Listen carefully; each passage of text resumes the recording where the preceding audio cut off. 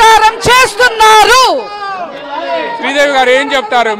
మా తాటికొండ నియోజకవర్గం రాజధానిలో కూడా టీడీపీ పోస్టల్ బ్యాలెట్స్ లో ముందంజలో ఉంది. మీరు ఇప్పటిదాకా నియోజకవర్గం ఏం చెప్తారు?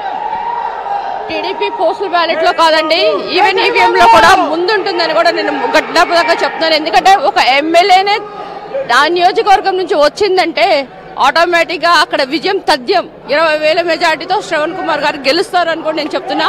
అంతేకాకుండా 151 సీట్లకి మించి రావచ్చు. ఇది చరిత్ర తిరిగి రాస్తుంది తెలుగుదేశం పార్టీ. కనుక ఒక నియంత పాలనతో ఒక ఛాన్స్ అనుకుంటే అందరూ కూడా ఓట్లేశారు. ఇప్పుడు 5 సంవత్సరాలు ఎంత వాళ్ళు ప్రభావం పొందారో మీరందరూ కూడా గమనించారు. కనుక ఈరోజు అన్ని జిల్లాల్లో కానీ ప్రతి చోట కూడా అభివృద్ధి వెనుకబడిన ప్రదేశాల్లో ఇప్పుడు చంద్రబాబు నాయుడు గారు వచ్చి డెవలప్మెంట్ చేస్తారు. మీరు బాహుబలి సినిమా చూసే ఉంటారు.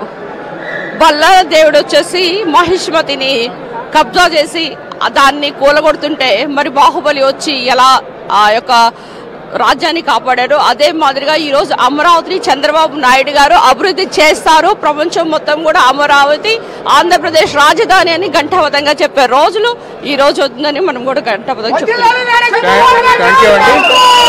అయితే ప్రధానంగా చూస్తూ ఉన్నాము, రాష్ట్రంలో మొత్తం దాదాపుగా పోస్టల్ బ్యాలెట్లో కానీ ఈవీఎంల కౌంటింగ్లో కానీ తెలుగుదేశం లీడ్లో ఉంది. దాదాపుగా ఇప్పటి వరకు కూడా 40 నియోజకవర్గాల్లో తెలుగుదేశం పార్టీ లీడ్లో ఉంది, either postal ballots or EVM counting.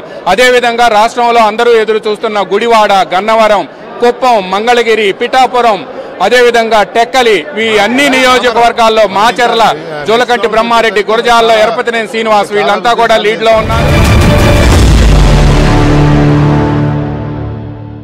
Right, welcome back to the debate. ఆంధ్రప్రదేశ్లో జగన్మోహన్ రెడ్డి పరిపాలన, ఆంధ్రప్రదేశ్లో జగన్మోహన్ రెడ్డి అరాచక విధానాలు, అమరావతిని నాశనం చేసిన తీరు, పోలవరాన్ని చంపేసిన తీరు, ఇటువంటి ఎన్నో అంశాల మీద మొదటి నుంచి పోరాటాలు చేసిన గళం విప్పిన వ్యక్తుల్లో కొద్దిమంది వ్యక్తుల్లోనే, అది కూడా అందరూ ఏం లేరు, కొద్దిమంది వ్యక్తుల్లోనే, ఆ కొద్దిమంది వ్యక్తుల్లో బాలకోటయ్య గారు ఒకరు, అమరావతి బహుజన జేఏసీ అధ్యక్షులు.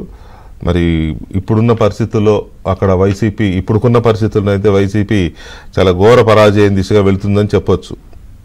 ఇప్పుడున్న ఈ క్షణానికి చెప్తున్నా నేను.